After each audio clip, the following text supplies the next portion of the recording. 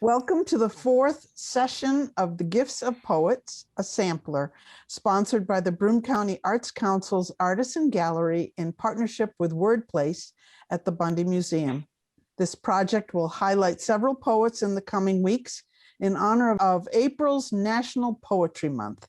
My name is Connie Barnes, manager of the Artisan Gallery at the Broome County Arts Council, and with me is J. Barrett Wolf, founder of WordPlace at Bundy Museum. But Brian Pregas from the Bundy Museum is also with us behind the scenes to record the sessions and produce the recordings. Our first poet tonight is Jessica Dubé. Poet Jessica is a lifelong resident of the Triple Cities area of upstate New York. She is a member of the Boiler House Poets Collective, which convenes annually for a poetry residency at the studios of the Massachusetts Museum of Contemporary Art. She was a 2018 nominee for the Best of the Net Award and was Kissing Dynamite's September 2019 featured poet. Her work has appeared in numerous journals, including Occident Engine, Barron Magazine, Gulfstream Literary Magazine, the American Journal of Poetry, Ithaca Lit, and many others. Her first chapbook, For Dear Life, is forthcoming from Finishing Line Press. Welcome, Jessica. Hi, thank you. You're welcome. I'm so happy to be here reading with Jerry and Barrett and Burt tonight. And, you know, it's always so great to see you. And I'd like to thank Connie and the Broome County Arts Council and WordPlace at the Bundy Museum and Barrett. I'm going to read 3 poems from my forthcoming chapbook and then a couple unrelated poems. And just to give you a little background into the poems that come from the chapbook, in 2017, my husband became very, very seriously ill. He ended up having brain surgery. So these poems, they grew out of that experience and then his subsequent recovery.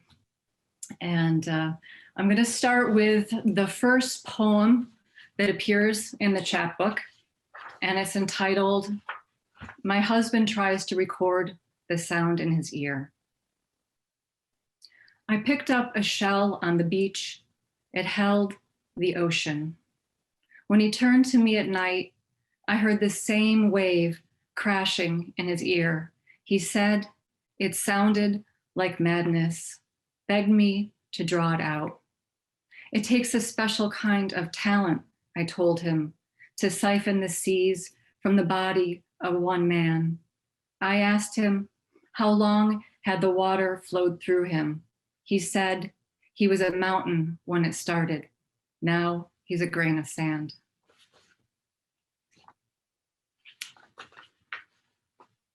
They don't shave your head anymore. I want to reach out and touch the bald head of the man sitting in front of me, forbidden as a museum painting, like the photorealist rendition of fruit and cheese I saw at a gallery the night before. I held myself back, wanting to pluck one of the glistening grapes and pop it in my mouth, that kind of temptation. To run my hand over the smooth scape of his head, scarless, unless you count the ring of freckles the sun left behind, those ripe little spots on an otherwise untouched scalp. I think about the sickle-shaped scar on my husband's head, now buried under a healthy crop of hair. How even after it healed, he didn't want me to touch it. How I longed to run my fingers through his hair the way I did on road trips, my left hand slipping past his shoulder, fingers raking the soft locks, massaging his scalp as he drove.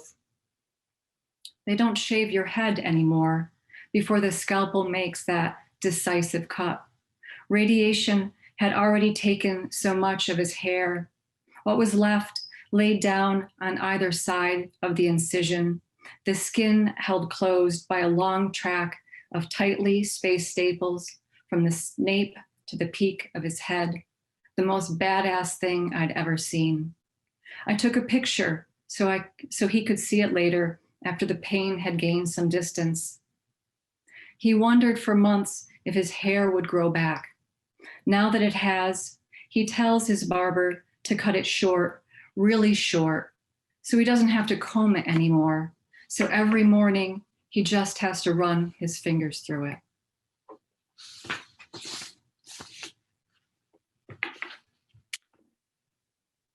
Two years after brain surgery, I contemplate my husband's former self. After the sculpture, Daddy in the Dark by John Chamberlain. We watch as a crane picks apart a car. It reaches in to pull the engine, a vulture going straight for the belly. It drops the block onto the pile and turns back for the carcass, wraps its claw around it, lets it fall into the crusher like a used napkin. Its body implodes right before our eyes. We've been watching this video for half an hour. I sit on a stool next to his chair, notice his fingers coaxing an imaginary controller. I take his other hand. As a white sedan leaves the crusher, a ghost of a car, like the one we saw mangled into art, all the unnatural joints welded to keep it intact and upright, a bruised heart nestled in its chromium-plated wreckage, like a transformer gone horribly wrong, a car that wants to turn itself into a rocket ship or a wind chime, frozen mid-transformation. I tell him I can't watch anymore. He hits pause as one more car dangles above the machinery, about to be remade into something not quite itself.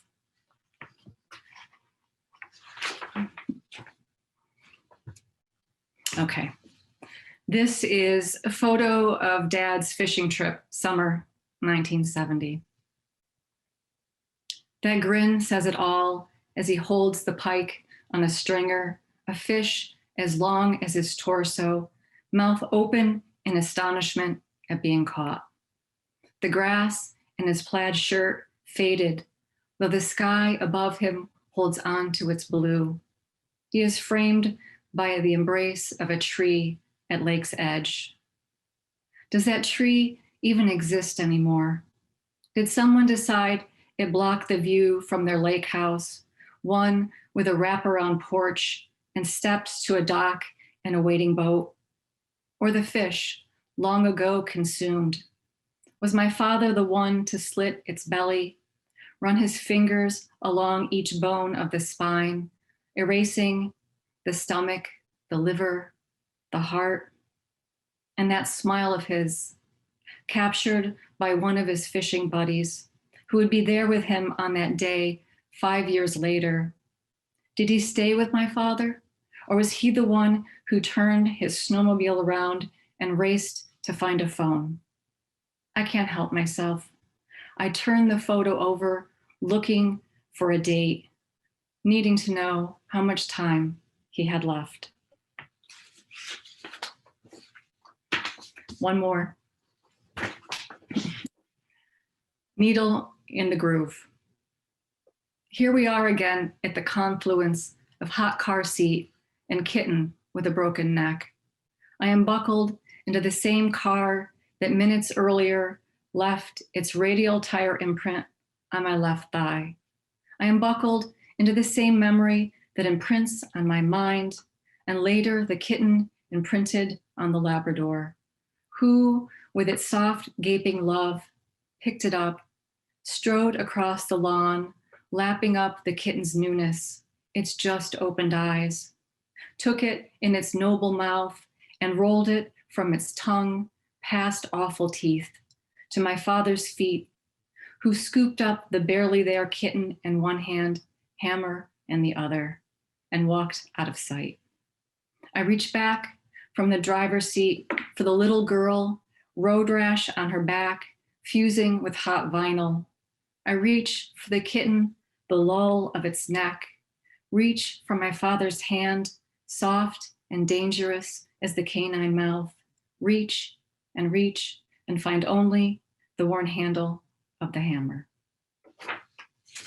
Thank you.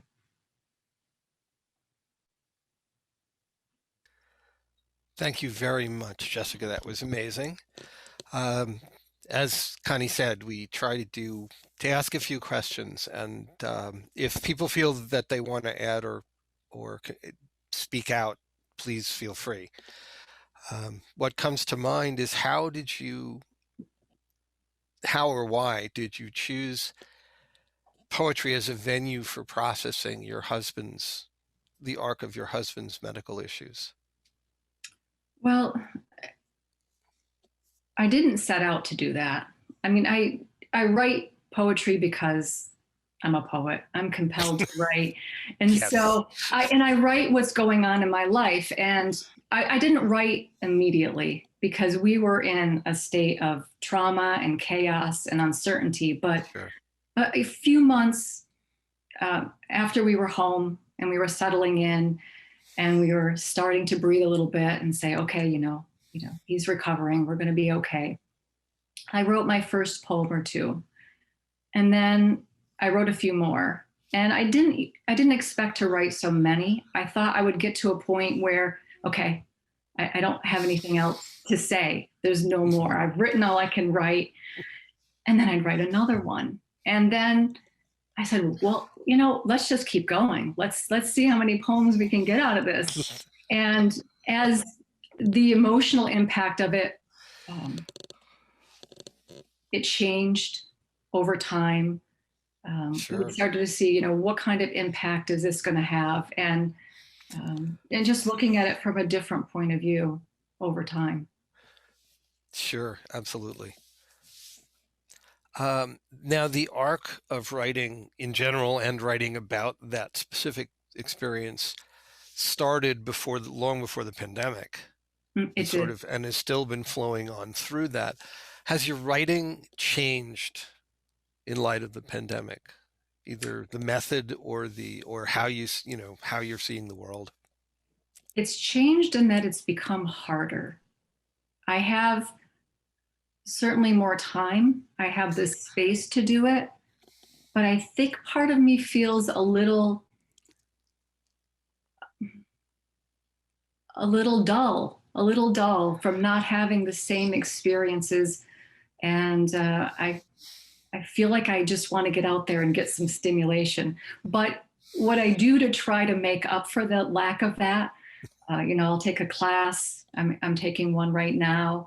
I do a little bit of ekphrastic poetry. So I find a piece of art to write about or in conversation with. And just, I just keep trying. That's what I do right now. I just keep trying. And sure, we all do that. Poetry is like this for me. I have peaks and valleys, and I try to climb out of those valleys. Poetry, the roller coaster of the arts. Thank you very much. I really appreciate it. Thank you. Thank you, Jessica. Fabulous as always. Our next poet this evening is Burt Myers. Burt has won scholarships to the Sewanee Writers Conference and Westchester Poetry Conference and has over 40 poems published in journals such as the Southern Review, the Hopkins Review, and Barrow Street. In 2020, he won the New York Encounter Poetry Contest and read at the event in Manhattan. Welcome, Burt. Thank you, Connie. It's great to be here. And thank you to the Arts Council for inviting me. And thank you, Barrett and WordPlace at the Bundy. It's nice to see you again. And it's nice to be with Jerry and Jessica. I enjoy your poetry, both of you, very much. And so it's nice to be here and be included. I'm going to start with a poem about family, I guess. It's called Three Boys. In every photo, we're lined up, little, bigger, biggest, three versions of the same boy with the same bowl haircuts and the same passed along clothes, like Russian nesting dolls. Mom and Dad would take the two of them, stack them up, split me open, and drop them inside my ample lower half. where I would keep them close. I carried them like a forgotten toy. Dad has been lost and Mom is in pieces. My brothers are safe and unbroken inside me. Thank you. This next poem is called Prodigal. I want to write an elegy for me, for all I might have done. Apologize to anyone expecting bigger, braver things. And I hear Etta James. She sings it loud as grievers pay respects. Her sly contralto resurrects the prospects of the prodigy. But Etta's part ends up recast, and in her place some mock John Cage, head bowed above a silent page, or head bowed above a noteless page, and silent middle C resists the urge to play. His balled up fists an ode to promise unfulfilled, the block chords blocked, the fills distilled to empty air. It's not, at last, a satisfying epitaph, but all that comes to meet my pen. Some round-faced rector rises then for scripture, eulogy, and psalms. He hesitates with upraised palms and waits for silence all around. From way in back, the only sound, one clever schoolboy's hectoring laugh.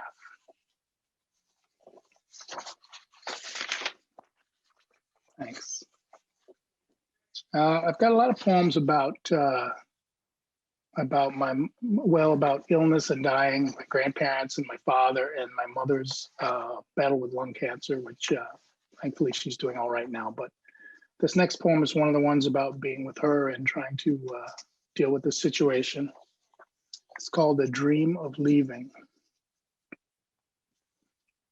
I didn't come home for the AM radio, for the 6 months of filthy winter, for the gone to dross department stores. I came to see my son rise in your sky again, in the place I owned as home. What's left is as much obligation as love. Your drapes open to slate gray and silt, to clouds and ever-present bruise. I will not surrender to your weather. Here there's only rain, only overcast, nothing but water in all its forms, a flood, and still you're dying of thirst. I ache to be sun-seared and sky-blind, defenseless in the face of something, anything, someone. Let us face our own horizons and their lights diminishing. One mother and one mother's son, stir-crazy and drunk for some ghost city. What will I do with your one body, save watch it decay, wait for it to fall?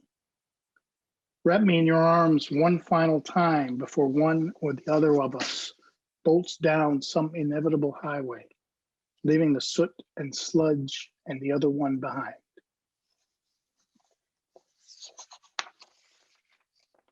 Thank you. This is another one about my relationship with my mother. It's called The Puzzle. This is the one for which I won that prize, the NY Encounter Prize, and I got to go read that. I was selected by Dana Joya as the winner, and I got to read that in Manhattan last year. It was really a nice evening. The Puzzle. Her interests dwindled to a jigsaw puzzle in a single lamp circle. I try to see her worlds narrowing as a sharpening of focus, but I want her to fight, to yell, to take great fistfuls of pieces and heave them against the wall. Give me that anger, and I will meet it note for shivery note. Instead, we talk calmly over a newly unboxed puzzle, picking out the straight-edged pieces. She looks for bits of ground and grass, and I for ice blue sky. Like this, we make our way toward each other, working slowly to square our ends.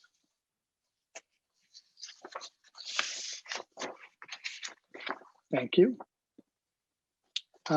This one, it's hard to describe what this one is about. I'll just say it's called Fall Landscape. A photographer showed up at my door, dragged me outside and said, "Look at this." He pointed past my Japanese maples to the sun dropping onto the horizon. "Let me take some pictures," he said, already clicking away. and I'll make a giant print as big as your living room, which I'll sell to you for a modest fee. I'd never noticed this particular view and agreed that I might like to see it again. Give me some time to save the money, I said, and sent him away. Week after week, I'd cash my Friday paycheck and sneak a single brick home from the yard. I'd stash a 20 under a sofa cushion and cement that brick over the window. By the following fall, I was ready. $1,000 cash and 52 bricks covering the window on the west wall. One day the photographer returned. I handed over the cash, showed him in, and said, "Put it there." He did and left. I sat in the recliner, tipped it way back, and fell asleep staring into the sun.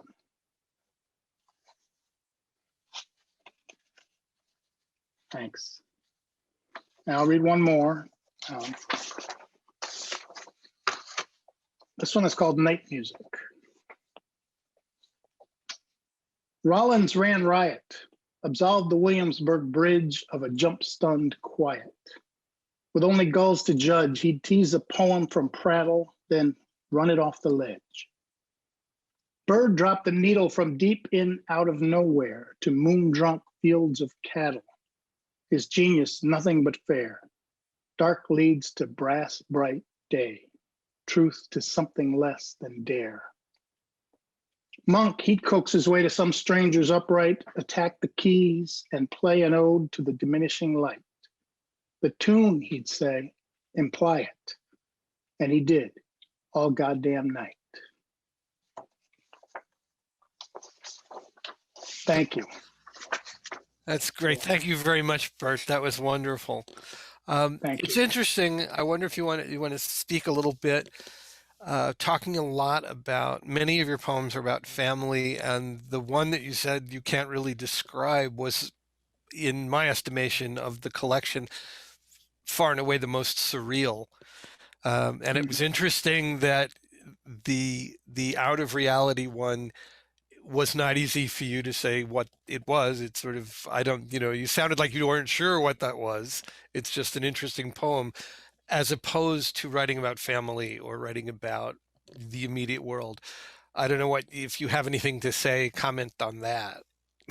Yeah, I think it's harder for me to write those kind of things. It's easy to write a story about your family, or not a story, but my poems tend to have some sort of narrative and some sort of climax or finish at the end. And I've been trying over the last few years to write things that are a little more open, a little more open-ended, a little more open to interpretation. And this poem, or that poem you mentioned, is an attempt to do that. It still sounds like me, I'm sure, and it still very much has a resolution, but I'm trying to do something that's a little more open-ended and open to interpretation, and that sort of opens outward at the end instead of closing up.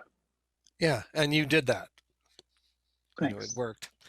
And thank you, Burt, that was fabulous. I'm never disappointed by either Jessica or Burt. It's just totally entertaining. Now I'd like to welcome Jerry Merskin. Jerry has worked as a herdsman on a dairy farm, as a carpenter, and as a New York State poet in the schools. He's a professor at Ithaca College and teaches select classes at Cornell University. His poetry has appeared in numerous literary journals and anthologies, and he has presented his work and given workshops at universities, colleges, public libraries, art centers, and on public television and radio, and sometimes in bookstores. Jerry won the Arts and Letters Prize for Poetry for a full-length collection. An essay, "The Hard Part is Knowing What to Say," the poetry of Jerry Merskin, written by the poet Howard Nelson about Jerry's writing, was featured in the Holland's Critic. Welcome, Jerry. Thanks, Connie, and thanks, Barrett. And it's a delight to hear Jessica and Burt read. I take great consolation in the presence of smart, compassionate people. And in this space, I feel like I'm with my familiars, not quite as brilliant, but aligned in spirit. So thank you for inviting me. Everything having to do with Binghamton creates a kind of nostalgia for me. When I first published my first book, I read at the Bundy Museum. And it was in Binghamton where I feel like, in the words of Gerald Stern, the red coal entered my life. So I still feel a strong fondness, and I still have some friends who were very formative for me at the time when I lived in Binghamton. Bob Mooney, Liz Rosenberg, David Wasson, Joanna Higgins were all still around there, and they were very supportive. So it's great to be invited back. I'm going to read from my screen here. We'll see how that goes. In honor of April being Poetry Month, I thought I'd read an April poem. And I think you'll see a connection here to Burt's poem where the speaker says, look at this. And this is called April is the Cruelest Month. I don't know where I got that from. It is spring and I am on speaking terms with the sun, and the dead tree turned green, standing like an artist in good air. If it trembles, it is not with doubt or fear, but air rising into a blue and perfect sky, a quiet master no one is pointing to. It is spring and I haven't looked up in months, but now I see the world has a skirt and blouse, and the sidewalks are better for it, and the roads and buildings. April, month of mortal fire, is the cruelest. But like a sophist of flowers, I have begun to believe in the red cups and the yellow cups and the small green fangs pushing through hard winter soil. Could there be a harder worker than the flower? Anything more eager for its destiny? At my level of sophistication, I do not distinguish. They are all lobelias to me, or hibiscus, or Buddha at the final lectern, holding forth the flower. This one, which at least I know, is not the flower of yesterday or the flower of tomorrow. Today, as my parents, whose hair is now pure white, drove away, going back to their home, I saw a tree with small white bells pour down everything it had, as if to say without pathos or pride, look at this, as it laid down the designs of its life in the street where we walk, where we make our lives. Can you give me a name for that street flower, a figure of life that is not mortal? It is spring, and I am in the backyard charting the progress of the world. What the trees propose, I am inclined to accept. And for now, that which doubts and fears regards the flower and is on speaking terms with the sun. I'm in a kind of Passover, Easter kind of mood. And I want to read this new poem I'm working on, and another poem sort of having to do with religion. This one's called The Plague of Diet Soda. A plague of diet soda started at the temple on one of the high holy days. I remember sitting by my father. It was going to be a long day. The Hebraic scroll, which wanders across the desert of the page, had a long way to go. I watched my parents sitting there. When it was time to stand, they stood. They were fasting, not eating or drinking for 24 hours. It was a stretch for them. They were not that religious, but they looked sitting there in their good clothes like they would survive. I, however, was too young to find consolation in the perpetual drone of prayer, which felt like a low-grade fever. After some time, my father gave me the keys and said I could go home. That was biblical. Exodus. In the bliss of freedom, I raced the 5 or 6 blocks to the front door on our apartment. That might have been the first time I used a door key. The first thing I did when I got inside was open the fridge. There wasn't ever much in there, but on this day there was something. A carton of diet soda in tall glass bottles, standing like tall buildings in a tall city. looking like monuments of all that is good and just. The first thing I did was drop one, and in my scramble, kick it across the floor. You can guess what happened. When I finally got an opener and the cap off, it had been sufficiently shaken, and geysers of soda sprayed all over the kitchen and onto the ceiling. I knew enough to get a towel from the bathroom and sop up the soda on the floor. I put the empty bottle in the garbage and the towel in the laundry hamper. Not a moment later, they came home, opened the door, and sat down at the kitchen table. I wish I had a picture of them sitting there with their hands together. It would be an image of what it means to be an adult. They were hot and tired and hungry, but they could wait. I probably would not take a picture of the soda dripping from the ceiling, hitting the kitchen table like rain. In the Bible, the plagues come down from above. Nor do I need a picture of how they paused when it started raining, and then looked up and then paused again. What was happening was not immediately clear. I don't know if time stopped, but it certainly slowed way down while the soda pooled on the ceiling, bubbling and dripping like baubles onto the kitchen table. They were smart people, and it didn't take long for them to figure out this was not a plague. They opened the refrigerator and saw there was a bottle missing. On any other day, I would have run into my room and hid under the bed. That was something I had done on another occasion. But this was a holy day. This was going to be nothing more than two tired people who had been wandering around the desert without food or water for a few thousand years, or in this case, almost a day. They would survive and eventually forget about what happened. Though for me, the memory of that day lingers. It was, mind you, not a felony or misdemeanor.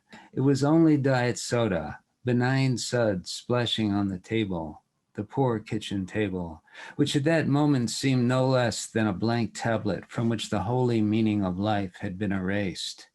I'm sorry to say I don't remember what happened after that, or completely understand why it still breaks my heart to think of them sitting there with their hands folded at the table and the diet soda coming down from above.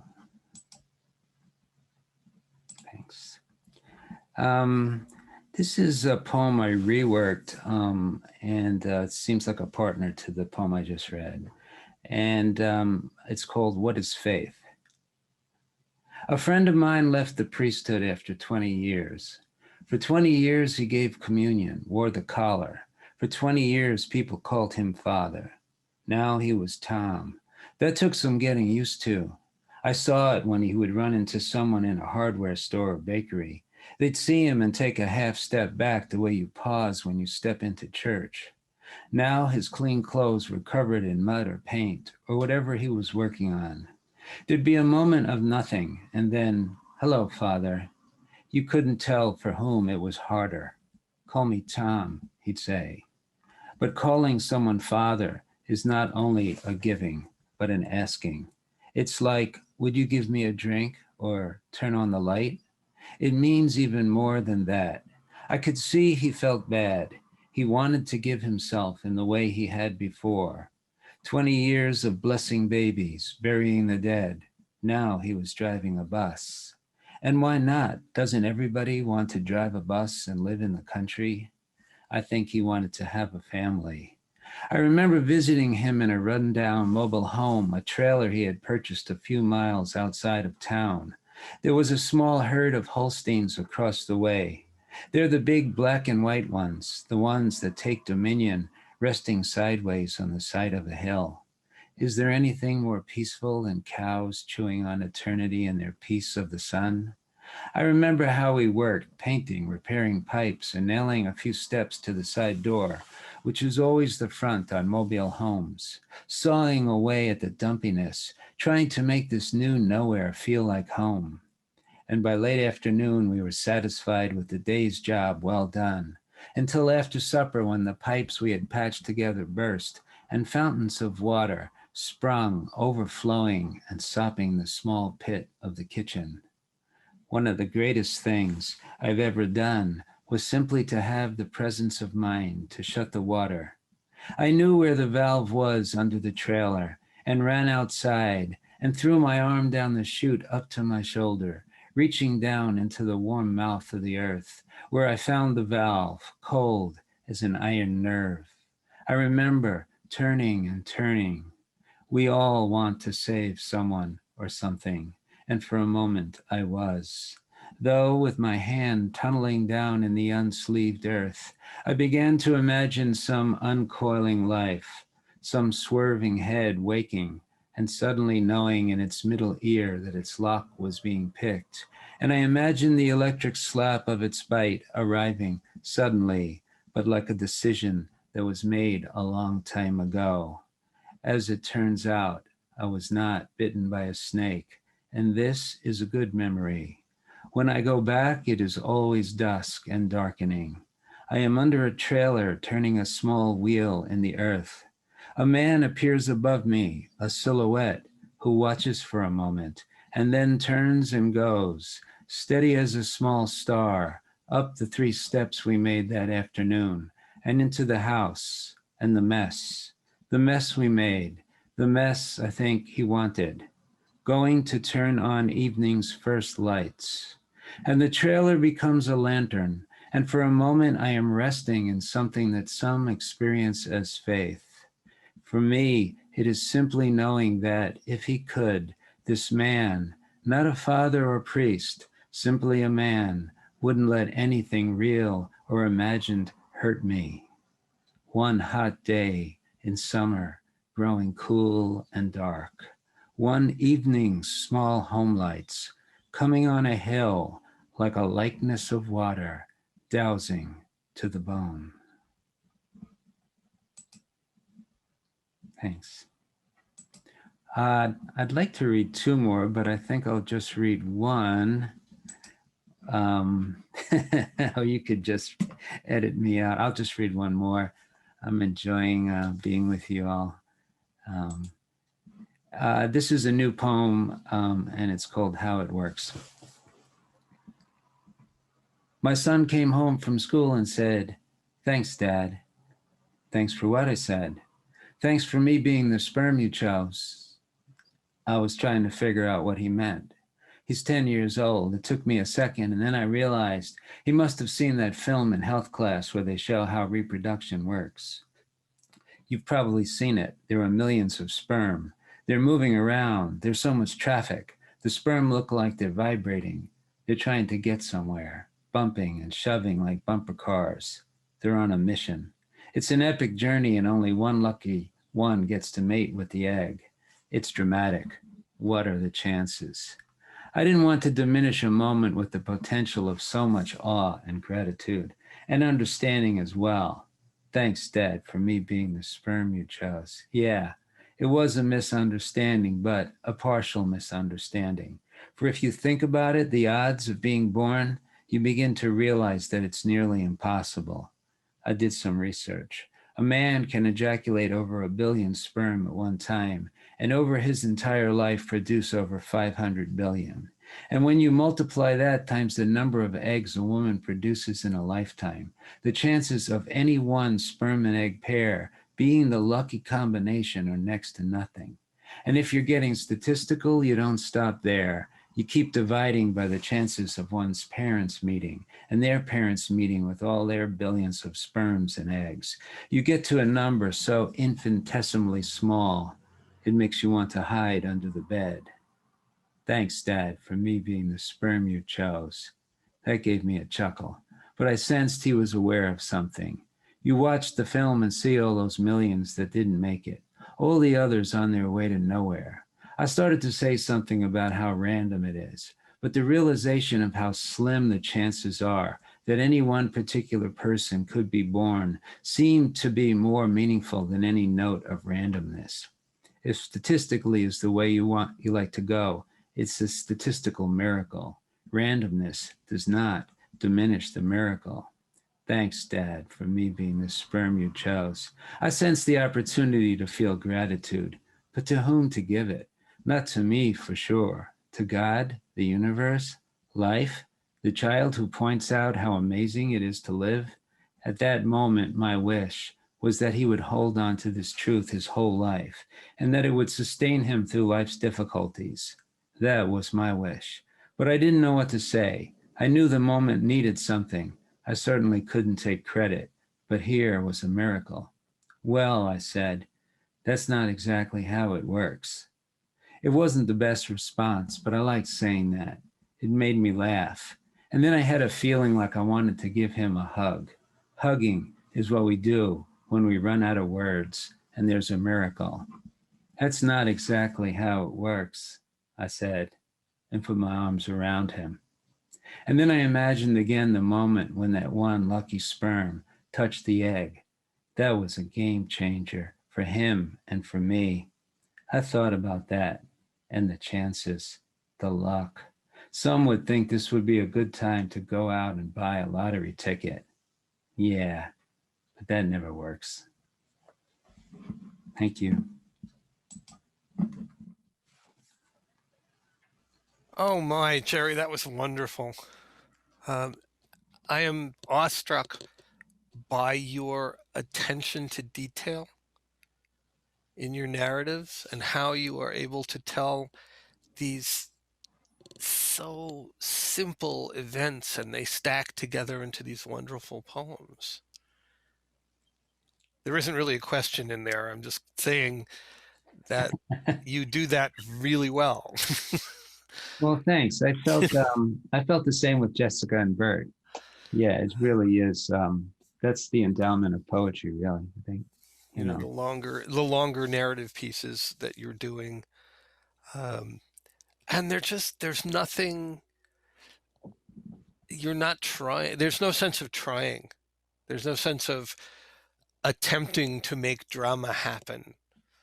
They just work as the story has sort of the inherent drama, and it works that way. And so the stories are just wonderful. The soda on the ceiling story is awesome. That's just wonderful, wonderful. Thanks, I appreciate it. You know, I didn't really feel I was achieving that kind of ease until I moved more to a narrative form. I'm sort of working in the opposite direction that Burt is. I think Burt is moving away from the storytelling towards the lyric form, and I'm moving away from the lyric towards that more open form. And I think it's easier to, I don't know, for me to find a kind of, just comfort in storytelling. That's great. Thank you very much. I much appreciate I it. just wanted to add that, Jerry, I think your narrative is masterful. And thank you. I really, really enjoyed this. Yeah, thank you. Thank you. I didn't realize, since we're just chatting, I didn't realize when I started out writing that I wanted to be a storyteller. And I think, it's just sort of a process. Part of it was that, my first book was that slender lyric kind of thing. And I gave the book to my father and he said, I didn't understand half of this. I go, yeah, all right, whatever.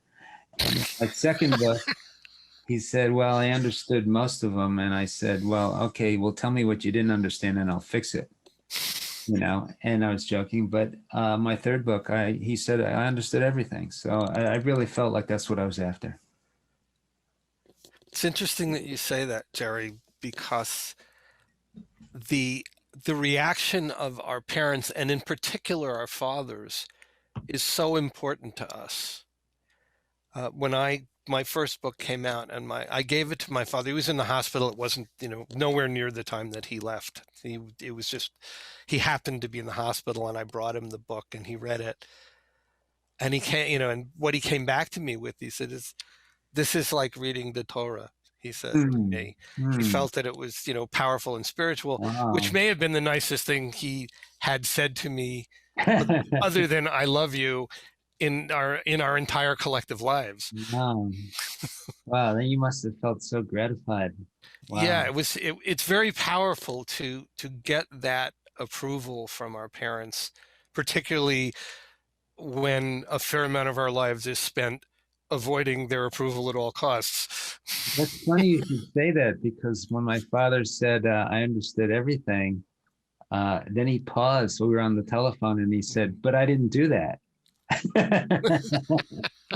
He was taking issue with something I reported about him, but it was all right. The you know, storytelling sometimes does not match the reality, yeah, and it doesn't have to. yeah. Well, I said to him, well, you did something. And he goes, yeah, well, and that was the end of that conversation. Oh, man. Yeah. And what Wonderful. you said, Jerry, what you said is so opposite of what you hear in a typical workshop. You know, when you take your poems to workshop, and people don't want things to be understandable. They want it to be open and open to interpretation and airy, and I have a hard time with that. And Yeah. sometimes I think I want to go back to more of a narrative approach to things and try to make it more understandable. Yeah. Well, it's interesting. I mean, I didn't really think about Barrett's comment, but I do think that, the public sort of sponsors our work, and I do feel kind of responsible in a way. And also, I was the kind of kid who would always just run away to the public library. I wanted to be in public. I didn't want to be in that private precinct, graduate school, that kind of thing. Mm-hmm. Right. Wonderful. Thank you, Jerry. Thank you. And our final poet tonight is my co-host, J. Barrett Wolf. Barrett has been writing for over 40 years. He's been published in Black Bear Review, Portland Review of the Arts, Long Island Sounds, Rubberside Down, PPA Literary Review, Writing Outside the Lines, Passing, and was featured on the Connecticut Touring Poetry roster. His poem, Main Street, can be seen at the Vestal Museum in their Empty the Ink Pots, the History of American Typewriters exhibit until May 31st. His first volume, Stark Raving Calm, was published by Boone's Dock Press. He travels to Scotland annually to confab with poets on Arran Island. He lives in Binghamton, New York, where he is the poet in residence at the Bundy Museum of History and Art. He also holds a Bronze Medal of Valor from the San Francisco Police Department. Welcome, Barrett. Thank you. How as odd as it is, considering we've been doing this for a while. So I'm going to read several pieces. This first one was just published in Corona, an anthology of poems that comes from the Walt Whitman Birthplace Association down on Long Island.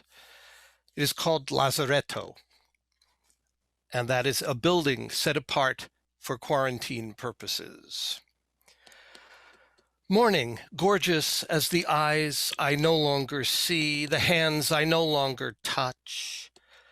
Dawn is reassuring even when I wake at 10, having left all thoughts of early rising beneath my 3 a.m. retirement. The distant hum is not a dream of closeness.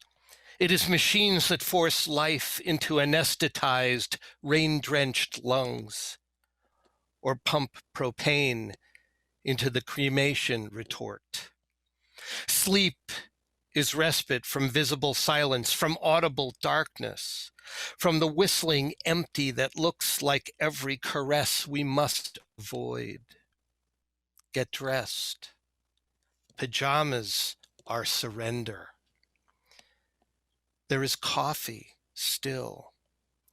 The porch is warmer than yesterday. Remember everything. This next one is for my father, who has been gone about 5 years now.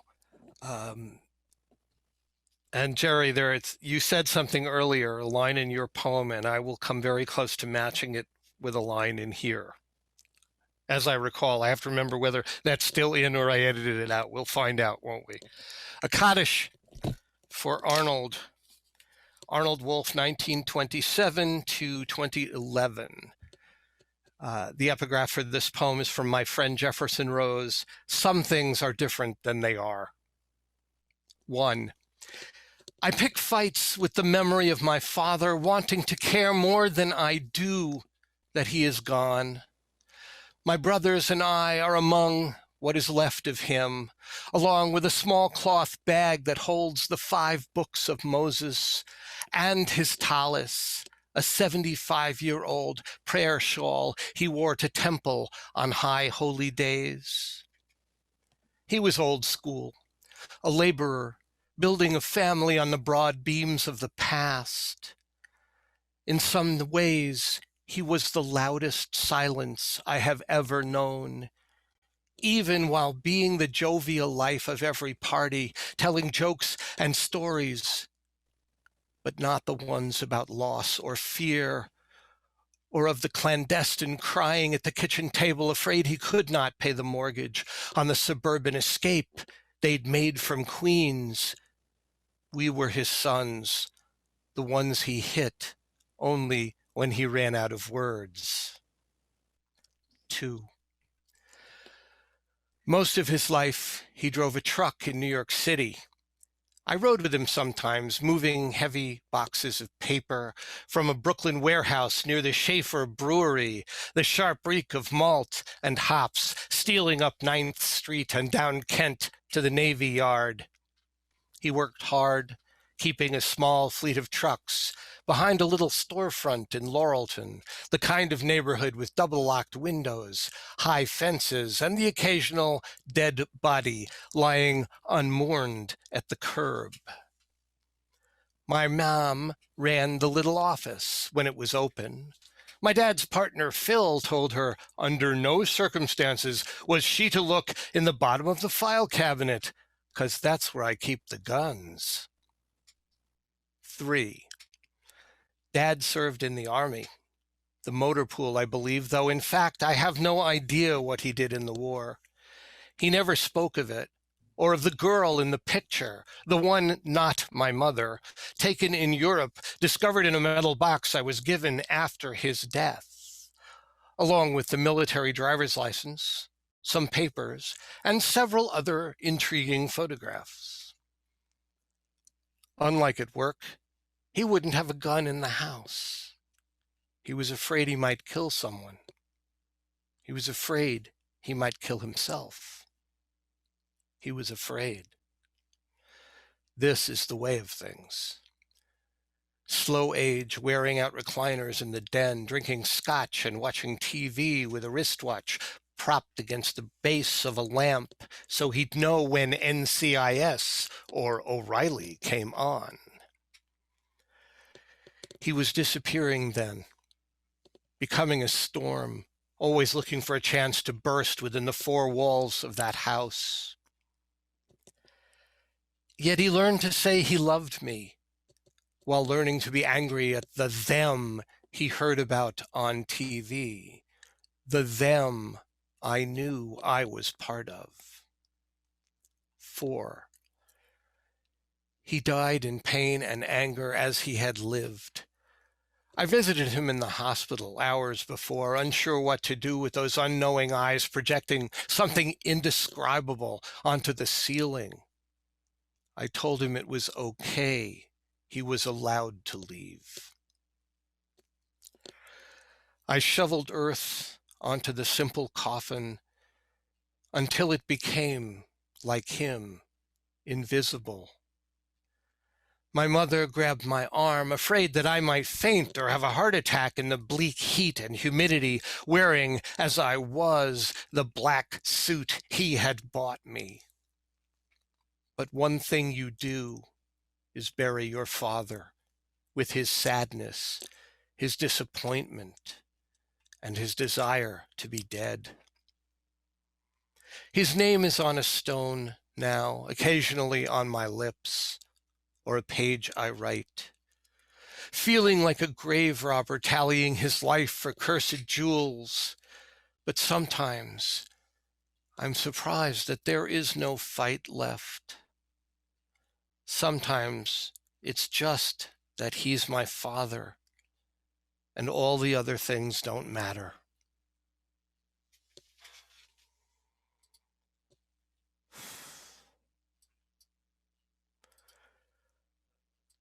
Okay, I think I'll finish up with a relatively new one, pretty new. This is called Camouflage. She wore the camouflage of night, black with flecks of white that could be easily mistaken for stars under a new August moon, hidden as if her eyes stole every bit of light from the universe of my vision. She was wind in the midnight field, rustling grain and stalk, speaking wisps of barley, invisible as I walked. But she is there, I think, hidden in plain sight. Thank you all.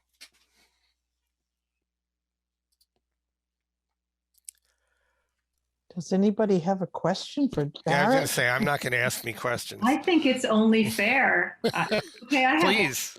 I have one. So you've lived many lives. Sounds like a line from a Stanley Kubrick poem.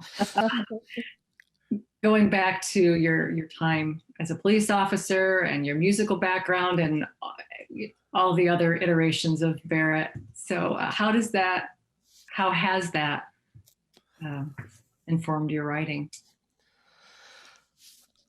Okay, then. The experience in the police department has not really informed the poetry much at all. I've written one or two things, but the weight of that experience, for anyone who doesn't have context, I spent a year in the San Francisco Police Department back in 1980. And during that time, I was involved in an incident with my partner, and I was awarded the Bronze Medal of Valor for saving somebody's life. And that's a hard thing to process, particularly since I left that job being very clear that that was not the kind of job for me, which most of the people who know me can understand why that might not be an appropriate line of work. So it hasn't done, that crossover hasn't happened much in that particular case. The rest of it is, life is an educational process. That's really the only purpose of it, as far as I'm concerned. I'm not here to be obligated to a job or to a society. I'm just here to learn and share being alive with other people and do whatever things I think are, good in the world and in my life. Walk softly, do no harm. But beyond that, I do whatever I find interesting to do, which has led me to writing and creating space for others to write. Anyone else? That's about all I've got for that. I really loved just the time you took to really capture this, not only your father's occupation and your relationship to him and the family, but it seemed to capture like the whole world of that time. From 1927, it's also the year my father was born, and that exodus from Queens, we also moved from Queens. And I felt that in capturing that, it was a way for you to feel for your father. In a way, and I think as writers, we know that poetry isn't a site of, it's not a site of repudiation, but things are difficult. And so I really found the end of the poem really lovely, and I want to thank you for that. Oh, thank you. Definitely. Well, thank you. What a wonderful evening. Thanks for all your wonderful readings tonight. Thank you for sharing your gifts of poetry. Next week, we'll hear from Joshua Gross, Robert Ruane, Merrill Douglas, and Joshua J. Lewis. All right. Thank you all. Much Good night, appreciated. everyone. Have a good one. Thank you, Connie. Thank you, Barrett. Good night. Thank you so much. Good night. Thank you.